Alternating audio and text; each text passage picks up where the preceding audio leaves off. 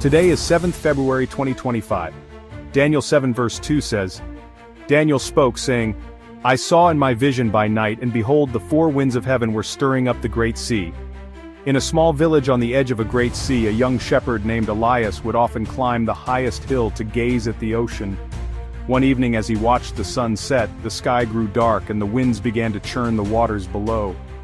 The calm sea transformed into a raging tempest, with towering waves and roaring winds that seemed to shake the earth. Elias stood frozen, terrified by the chaos before him. Yet, as he watched, he noticed something unusual. Amidst the storm, a small beam of light broke through the dark clouds.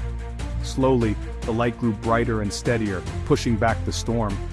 The waves began to settle and the winds died down.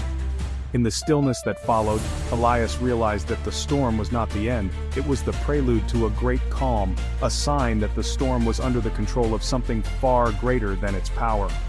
Later that night, Elias shared his experience with the village elder, a wise man who was familiar with the scriptures. The elder told him, "What you witnessed is much like the vision of Daniel. He saw the great winds stirring up the sea, representing kingdoms and powers rising and falling. But above it all was God, sovereign, eternal, and unshaken. The storm serves its purpose, but God's kingdom is everlasting and will bring peace." Elias learned that no matter how chaotic life might seem, God's light shines through, and his plan is never disrupted by the storms of the world. The experience strengthened his faith, teaching him to trust in God's power even in the midst of turmoil. Let us pray. Sovereign Lord, you are the God who reigns over every storm, every power, and every kingdom. Just as Daniel saw the winds stirring the great sea, we recognize the chaos and challenges that often rise around us.